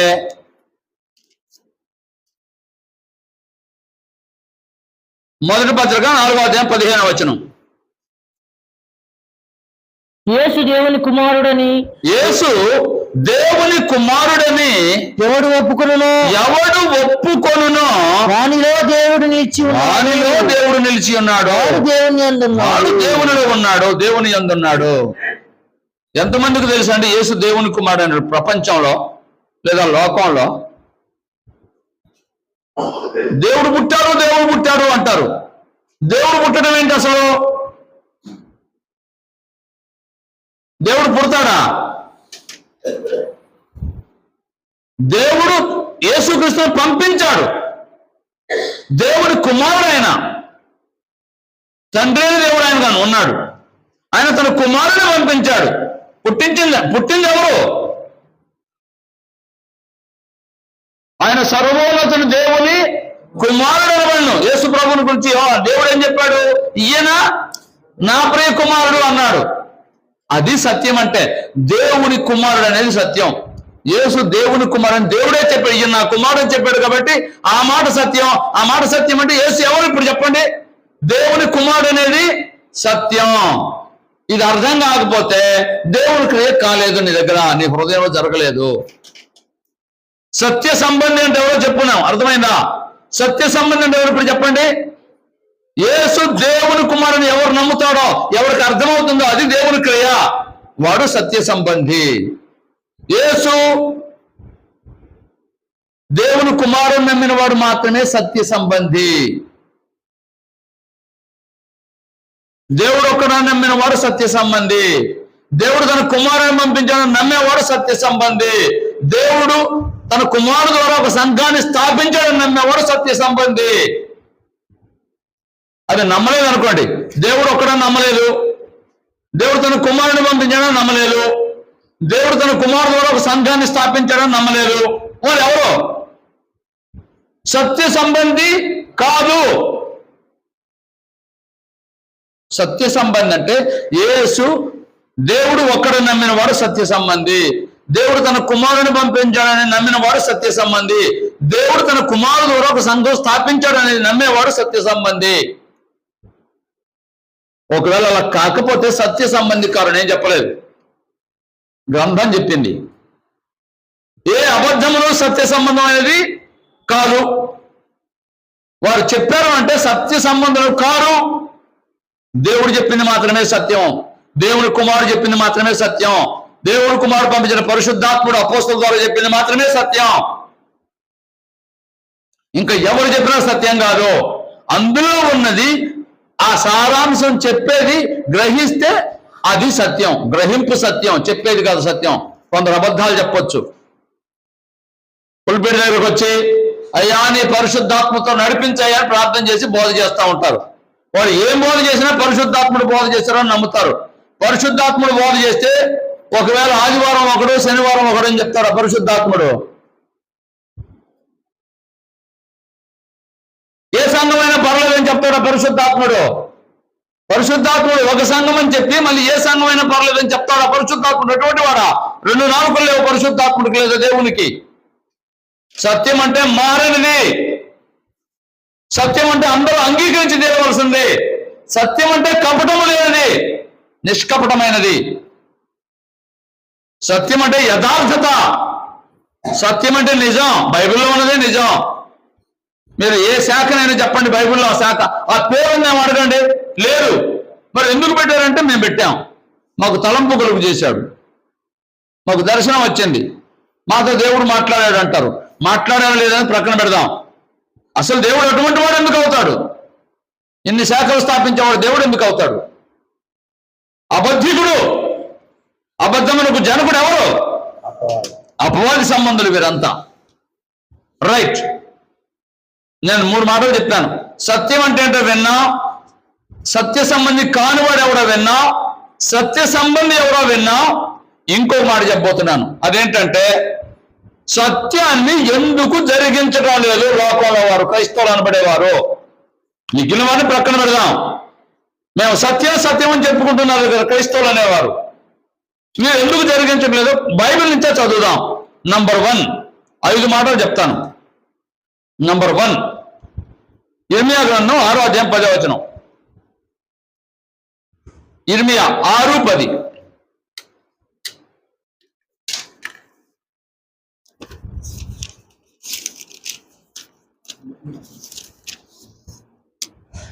ఎవరి సాక్ష్యం ఎవరికి నైనా కొంచెం నెమ్మదిగా, కంగారు పడుకో. విందురని నేను ఎవరితో మాట్లాడేదను? వింటారు అని నేను ఎవరితో చెప్పేది? ఎవరికి సాక్ష్యం ఇచ్చదను? ఎవరికి సాక్ష్యం ఇచ్చేది? వారు వినుటకు తమ మనస్సు సిద్ధపరచుకొనరు. వినుటకు తమ మనస్సు సిద్ధపరచుకొనరు గనుక వినకపోయేది. ఆయన బైబిల్ అంటాడు, మాట్లాడితే బైబిల్ అంటాడు, వచనం చూపిస్తాడు. బైబిల్ ఎవరికి కావాలండి అనేవాడు లేకపోలేదు. ఇదిగో అంటే అర్థం ఏంటి? వినడానికి వారు వినుటకు తమ మనస్సు సిద్ధం చేసుకోలేదు. బైబిల్లో ఏముందో సత్యం ఏంటో తెలుసుకోవడానికి అసలు వినడానికి ప్రయత్నం చేయటం లేదు. వినడానికే ప్రయత్నం చేయకపోతే సత్యం ఎలా అర్థమవుతుంది? నా మాట అర్థమైందా? ఇది యూదులతో ప్రవక్త అయిన ఇర్మియా మాట్లాడుతున్నాడు. అయ్యా నేను మాట్లాడాలని చెప్తున్నాను, మీరు ఏమో చెప్పమంటున్నారు, ప్రవక్తగా నన్ను పంపించారు చెప్తున్నాను. నేను చెప్తుంటే నా మాట వినడానికి వారు ఎలా లేరు? సిద్ధం చేసుకోలేదండి. నేను చెప్పినా వాళ్ళకి అర్థం కాదు, వినరండి. అసలు వినే మనసే లేదు. నేను పోయి మాట్లాడటమే కానీ. ఈ పట్టణానికి నేను వచ్చి 30 సంవత్సరాల పైన అవుతుంది. 30 సంవత్సరాల నుంచి ఇదే మాట మాట్లాడుతున్నాను, గ్రంథం ఇలా ఉంది అని.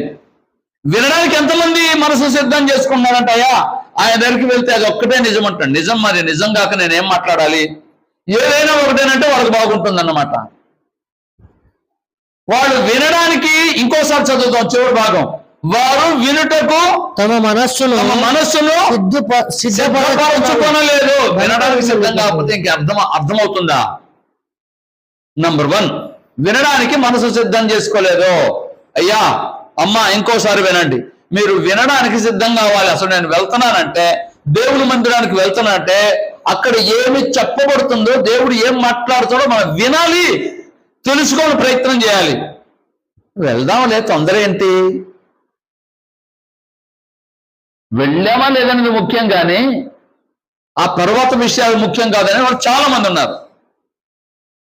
నేను ఇందాకనే చెప్పాను కదా, క్లాసులు చెప్పబడతా ఉంటాయి, ఇక్కడ నేర్పిస్తా ఉంటాను. ఎంతమంది కరెక్ట్గా రావడానికి వినడానికి నేర్చుకునే ప్రయత్నం చేస్తారంటే కొద్ది మంది ఉన్నారు, లేరని నేను చెప్పను. చాలా మంది 1 గంటకు అయిపోతుంది అనుకుంటే ఆ టైంకి వస్తారు. దేనికి వచ్చామని అడిగితే సార్ బయలుదేరాను సార్, ఏదేదో సాకులు చెప్తూ ఉంటారు. నేను వారిని విమర్శించడం కాదంటే వాళ్ళకి ఏమి లేదు, నిబద్ధత వినాలి, తెలుసుకోవాలనే ప్రయత్నం లేదు. వెళదాం, వద్దాం, భోజనమైనా చేసి వద్దాం. భోజనాలకు వచ్చేవాళ్ళు కూడా ఉంటారండి. యేసుప్రభు అన్నాడు, మీరు వినడానికి రావట్లేదు, ఎందుకు వచ్చారు? నేను రొట్టెలు పెడుతున్నాను కాబట్టి నా దగ్గర రొట్టెల కోసం వచ్చారని యేసుప్రభు వారు చెప్పారు. అప్పుడు ఇప్పుడు ఎప్పుడు ఉంటారు ఆ టైప్ మనుషులు. మనం ఆ టైప్ లో ఉండకూడదు అనేది నా మనవి. రెండో మాట విందాం. వాడు సత్యాన్ని ఎందుకు జరిగించడం లేదంటే సత్యాన్ని వినడానికి మనసు సిద్ధం చేసుకోలేదు. నంబర్ 2, యోహాను సువార్త 4వ అధ్యాయం 43వ వచనం. యోహాను సువార్త 4వ అధ్యాయం 43వ వచనం. ఎందుకు సత్యం జరిగించడం లేదు? ఆ 2 దినములైన తరువాత ఆయన అక్కడి నుండి బయలుదేరి గలిలయ. యోహాను సువార్తేనా? అవును సార్. 8వ అధ్యాయమేనా? ఏం మైండ్ అప్సెట్ అయినట్టుంది ఇవాళ. 43వ వచనం. మీరేలా నా మాటలు గ్రహింపకున్నారు? మీకెందుకు నా మాటలు అర్థం కావడం లేదు? మీరు నా బోధ విననేకుండుట వలన నేను చెప్పే బోధ వినడానికి ఉండటం వల్ల కదా యేసు ప్రభువు మాట్లాడుతున్నాడు. మీకెందుకు అర్థం కావట్లేదు? నేను చెప్పిన మాటలు మీరు వినడం లేదు అంటాడు. అంటే వినడానికి మనసు సిద్ధం చేసుకోలేదు, అంటే వినడానికి కూడా రారు కొందరు. ఒకవేళ వచ్చినా ఏం చేయాలంట? వచ్చినా వినరు. చాలా మంది శరీరాలు ఇక్కడ ఉంటాయి, ఏముండదు, మెదడు ఉండదు సార్. ఇక్కడ ఉండదు, ఎక్కడో ఆలోచన చేస్తారు, ఎక్కడో ఉంటారు. యేసుప్రభు వారు చెప్పారు, మరియా ఏం చేసిందంట? ఉత్తమమైన దాన్ని ఎన్నుకున్నదట. మరి మార్తా విస్తారమైన పని బాటల వలన తొందరపడుతున్నావు, విచారం కలిగి ఉన్నావు. చాలా ఉంటాయి హృదయంలో. ఫోన్ ఉంది కదా, ఆరాధనలో ఉండి కూడా ఫోన్ లిఫ్ట్ చేసేవాళ్ళు, ఫోన్ కాన్సర్ చేసేవారు, మెసేజ్లు పెట్టేవాళ్ళు ఉంటారు. అంటే కొద్దిసేపు ఆగయ్యా నువ్వు, నేను ఆ స్నేహితుడు ముఖ్యమైన వాడు, అతనితో నేను మాట్లాడొస్తాను, నేను ఇక్కడే ఉంటానులే, నేను అతని దగ్గరికి వెళ్ళి వస్తా, కాసేపు నువ్వు కాసేపు ఉండు. ఎవరిని? దేవుణ్ణి.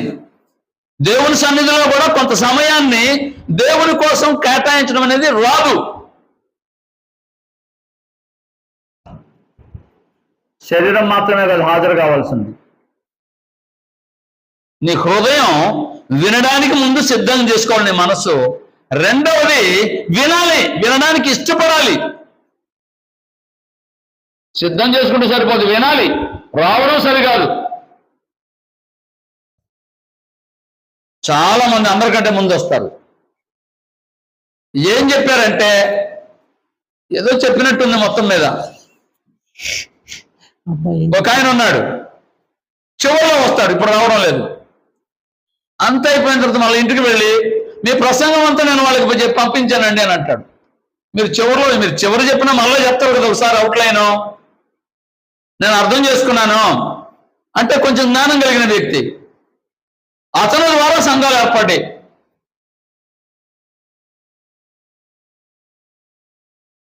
అంటే ఎవరు బెటర్ అంటారు? అంటే ఆలస్యంగా రమ్మని నేను ప్రోత్సహించడం లేదు. మనసు ఇక్కడ ఉండాలి, మనసు సిద్ధం చేసుకోవాలి, వినడానికి వినాలి, దాని మీద ధ్యాస ఉండాలి, ధ్యానం చేయాలి. మూడో మాట చెప్తాను, తెస్సలోనికీ పత్రిక. కొందరు వినడానికి సిద్ధపడరు, మరి కొందరు వినరు వచ్చినా కానీ. మూడో మాట,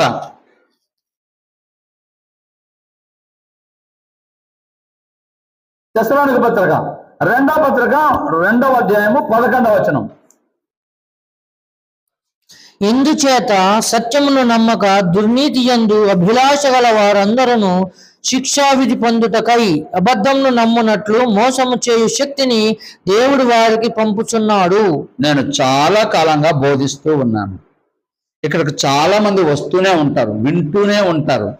కానీ అలా చెయ్యాలనే మనసు మాత్రం చాలా మందిలో ఉండదు. ఎందుకు ఉండదంటే వారి మనసులోనే ఏముందట? దుర్నీతి ఉంది, నీతి లేదు. నీతిగా బ్రతకాలి, నీతివంతంగా జీవించాలి అనే మంచి ఉద్దేశం లేదు, దురుద్దేశం ఉంది. ఏంటి దురుద్దేశం?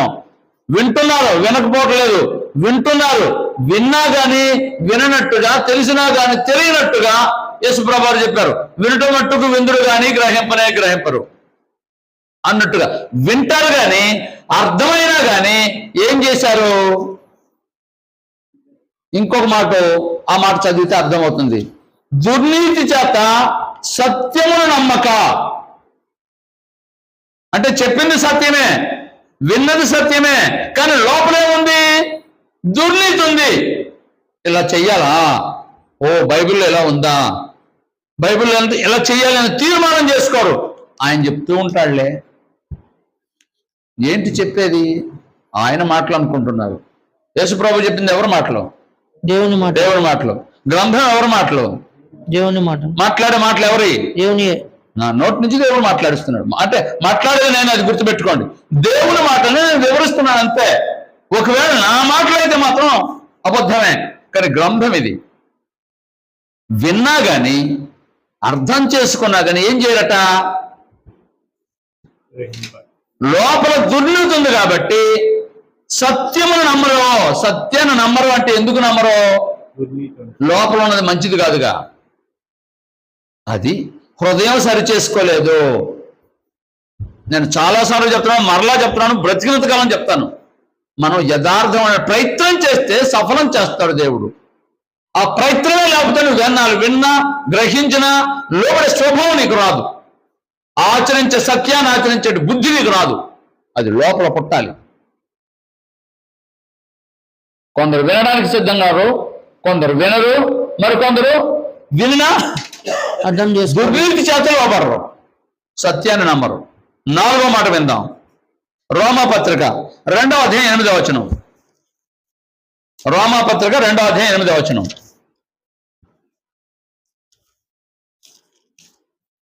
రోమాపత్రిక 2:8. అయితే భేదములు పుట్టించి సత్యమునకు లోబడక దుర్నీతికి లోబడు వారి మీదికి. ఆగండి. ఏంటంట? భేదములు పుట్టించి.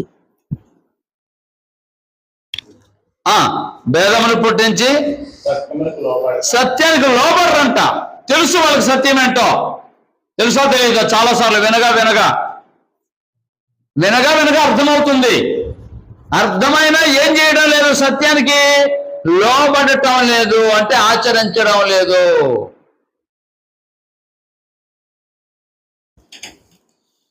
రాబోయే రోజుల్లో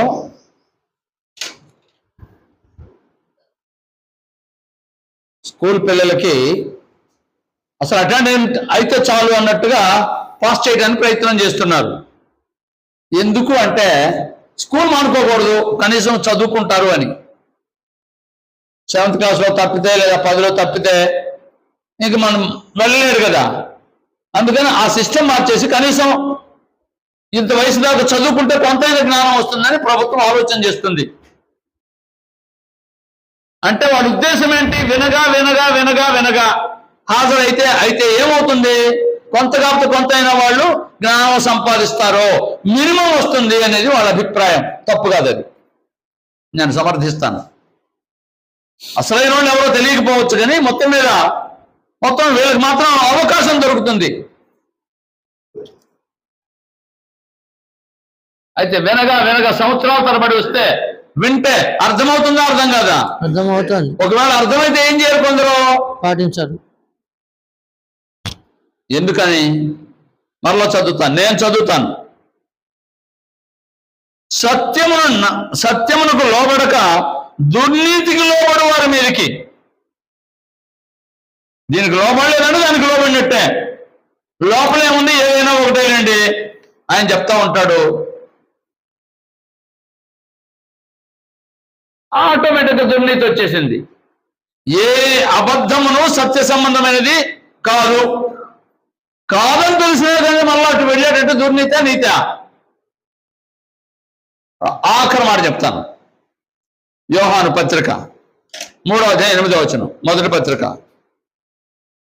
3:8. తిమోతికి రాసిన పత్రిక, పొరబడ్డాను, తిమోతికి రాసిన 2వ పత్రిక 3వ అధ్యాయం 8వ వచనం.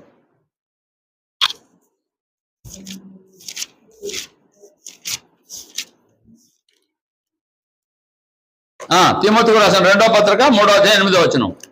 ఎన్నే ఎంబ్రే అను వారు మోషేను ఎదిరించినట్టు వీరును చెడిన మనస్సు కలిగి విశ్వాస విషయంలో భ్రష్టులై సత్యం ఎదిరింతురు.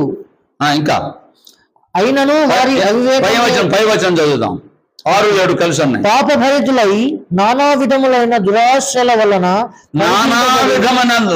వలన నడిపింపబడి ఎల్లప్పుడూ నేర్చుకొనుచున్నను. మరలా చదువుతాను.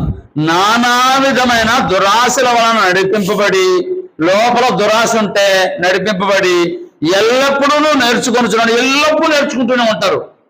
సత్య విషయమైన అనుభవ జ్ఞానం ఎప్పుడూ పొందలేని అవివేక పెద్ద పదం ఉపయోగించాడు. ఎల్లప్పుడూ నేర్చుకొనుచున్నాను, సత్య విషయమైన అనుభవ జ్ఞానం ఎప్పుడూ పొందలేని అవివేక స్త్రీలు. ఆగండి.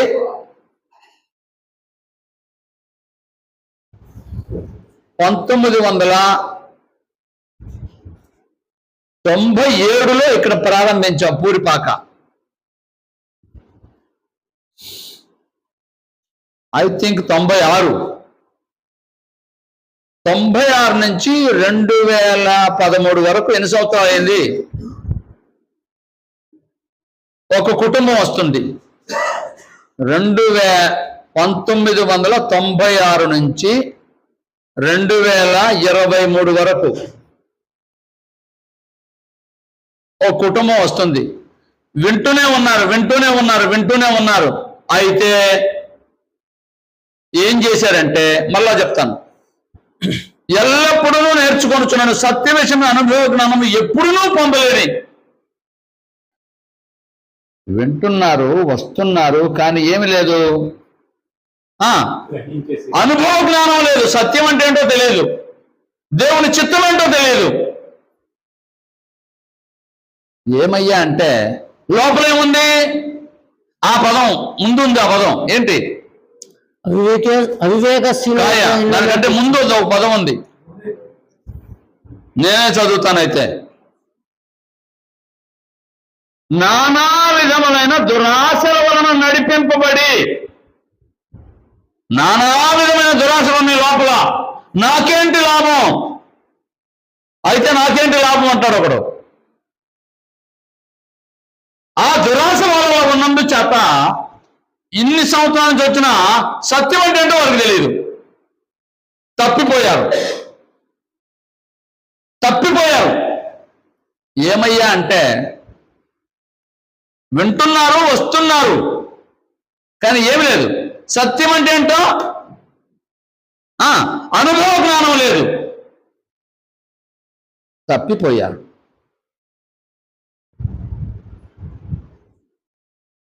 ఇంకో కుటుంబం ఉంది. 94 నుంచి వస్తుంది. 94 నుంచి అంటే ఇప్పుడు ఎన్ని సంవత్సరాలు? నిండా 30. వీళ్ళకంటే ఇంకా ఎక్కువే. 30 సంవత్సరాల నుంచి వచ్చిన అనుభవ జ్ఞానం లేదు. వారు తప్పిపోయారు.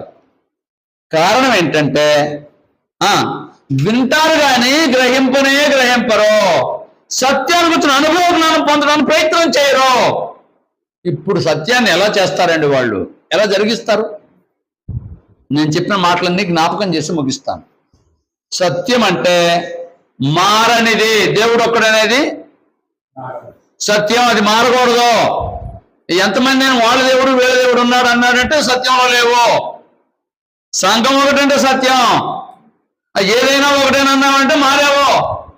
ఆయన మారడు, సంఘం మారదు. సత్యం అంటే అందరూ అంగీకరించి తీరాలి. నువ్వు అంగీకరించకపోయినంత మాత్రం చేత అది సత్యం కాకపోదు. ఉదాహరణకు చెప్పాను, 2-4 అనేది నువ్వు అంగీకరించుతావా, అంగీకరించిన తర్వాత సంగతి, అది సత్యమా కాదా? అలాగే దేవుడు ఒకడనేది సత్యం, దేవుడు కుమారుడు ఒకడనేది సత్యం, దేవుడు కుమారుడు కలిసి సంఘాన్ని ఏర్పాటు చేసినది సత్యం, సంఘం అనేది ఒకటనేది సత్యం. అది మారదు. నువ్వు మార్చేవేమో, మార్చిన వాడు ఎవరు? సత్య సంబంధి కాదు, సత్య సంబంధి కాదు. మార్చాడంటే సత్య సంబంధి కాదు. దాన్ని కొంచెం కలిపినా సత్య సంబంధి కాదు, తీసివేసిన సత్య సంబంధి కాదు. మరి సత్యాన్ని ఎందుకు జరిగించట్లేదంటే అసలు సత్యం ఏంటో తెలుసుకునే ప్రయత్నానికి హృదయం సిద్ధంగా లేదు. వచ్చినా వినరు, విన్నా లోబడరు, లోబడిన అనుభవ జ్ఞానం పొందరు, అనుభవ జ్ఞానం ఉన్న ఆచరణలోకి రారు. ఎందుకయ్యా అంటే లోపల ప్రేరేపిస్తూ ఉంటాడు. నానా విధమైన దురాశలుంటే ఉన్నందుచేత సత్యాన్ని ఆచరించలేరు. ఇప్పుడు చెప్పండి, దురాశ దుఃఖానికి చేడు. కాబట్టి నానా విధమైన దురాశలు ఉంటే ఇంకెక్కడికి వెళ్తావు? పాతాళానికి. అది విషయం. కాబట్టి సత్యం అంటే ఏంటో తెలుసుకుందాం. ఇంకా చాలా విషయాలు ఉన్నాయి సత్యాన్ని గురించి. సత్యం అంటే ఏంటో తెలుసుకున్నాం. సత్య సంబంధి కాని వారు ఎవరు తెలుసుకున్నాం. సత్య సంబంధి అంటే ఎవరు? దేవుడు ఒక్కడమ్మ నమ్మేవాడు సత్య సంబంధి. దేవుడు తన కుమారుని పంపించాడని యేసుక్రీస్తు దేవుని కుమారుడు నమ్మేవాడు సత్య సంబంధి. యేసుక్రీస్తు ఒక సంఘం స్థాపించాడు నమ్మేవాడు సత్య సంబంధి. అది సత్యమని దాన్ని వినడానికి, తెలుసుకోవడానికి, అనుభవ జ్ఞానం పొందడానికి, ఆచరించడానికి ప్రయత్నం చేసేవాడు నిత్య జీవానికి వారసుడు, వాడు దేవుని సంబంధి. అలా ఉండాలని తెలియచేస్తూ శ్రద్ధగా ఉన్నందుకు మిమ్మల్ని అభినందిస్తూ ముగిస్తున్నాను. అందరికీ వందనాలు. ప్రార్థన. పరలోకపు తండ్రి, మా ప్రభు అయిన యేసుక్రీస్తు వారి నామం ద్వారా మీ సన్నిధిలో తలలో వంచుతున్నాం. ఈ అవకాశం ఇచ్చినందుకు కృతజ్ఞతలు. ఈ విధంగా ఆరాధించడానికి భాగ్యం కలుగు చేశారు. స్తోత్రాలు. మీరు కోరినట్టుగా జీవించడానికి, సత్యాన్ని అనుసరించడానికి, సత్యానికి సహకారులుగా ఉండడానికి, సత్యాన్ని ప్రకటించడానికి మాకు సహాయం చేయండి. మా కుటుంబాలను మేము కట్టుకోవడానికి సహాయం చేయండి. ఎవరి పరిధిలో వారు ఉండడానికి, ఎవరి అధికారాన్ని వారు వినియోగించడానికి మాకు నేర్పించండి. అన్నింటికి మించి మా ప్రభు యొక్క అధికారానికి మేము లోబడి ఉండడానికి సహాయం చేయండి. మా ప్రభువు మీ చిత్తం నెరవేర్చడానికి వచ్చారు, మీ గురించి సాక్ష్యం ఇవ్వడానికి వచ్చారు. అలాగే మేము మా ప్రభు చిత్తాన్ని నెరవేర్చడానికి, మా ప్రభువుని గురించి ప్రకటించడానికి మాకు సహాయం చేయండి. మీ పని కొరకు ఎవరు ఏ విధంగా ఇస్తున్నారో వారందరినీ ఆశీర్వదించండి. సంఘం అభివృద్ధి చెందడానికి మేము ఏం చేయాలో, ఎలా చేయాలో మాకు నేర్పించండి. ఎక్కడైనా లోపాలు ఉంటే మేము కలిసి ఆలోచన చేసి దిద్దుబాటు చేసుకొని మీరు కోరినట్టుగా ఆరాధించడానికి, నిత్యత్వానికి సిద్ధపడటానికి సహాయం చేయండి. తిరిగి వెళిచిన బిడ్డలందరితో మీ ఆశీర్వాదం ఉంచండి. నిశ్చితమైతే మరొక ఆదివారం మా జీవితంలో ఉంది, దానికి కూడా మాకు సహాయం చేయండి. మరి ముఖ్యంగా ప్రపంచమంతా 25వ తేదీ క్రిస్మస్ వేడుకలు జరుపుకుంటున్నారు. ఆ రోజు కూడా కొడుకు జరుపుకొని మా ప్రభు ఎందుకు పుట్టారో మరికొన్ని సంగతులు తెలుసుకోవడానికి మేమంతా సిద్ధపడటానికి సహాయం చేయండి. మేమేం చేసినా మీకు మహిమకరంగా ఉండడానికి మాకు నేర్పించండి. తిరిగి వెళిచిన బిడ్డలతో మీ ఆశీర్వాదాలు ఉంచండి. యేసు ప్రభు వారి శ్రేష్టమైన నామం ద్వారా ఈ ప్రార్థన మీ సన్నిధిలో విన్నవించుతున్నాము తండ్రి. మరో ప్రత్యేకమైన ప్రకటన. ఎదురు స్థలంలో పునాదులు వేయబడ్డాయి, పిల్లర్స్ పూర్తి చేయడం జరిగింది. ఇక స్లాబ్ కొరకు ఎదురు చూస్తున్నాం. ప్రార్థన చేయాలని మనవి చేస్తున్నాను. నిన్ననే పిల్లర్స్ వేశారు. అందరికీ వందనాలు.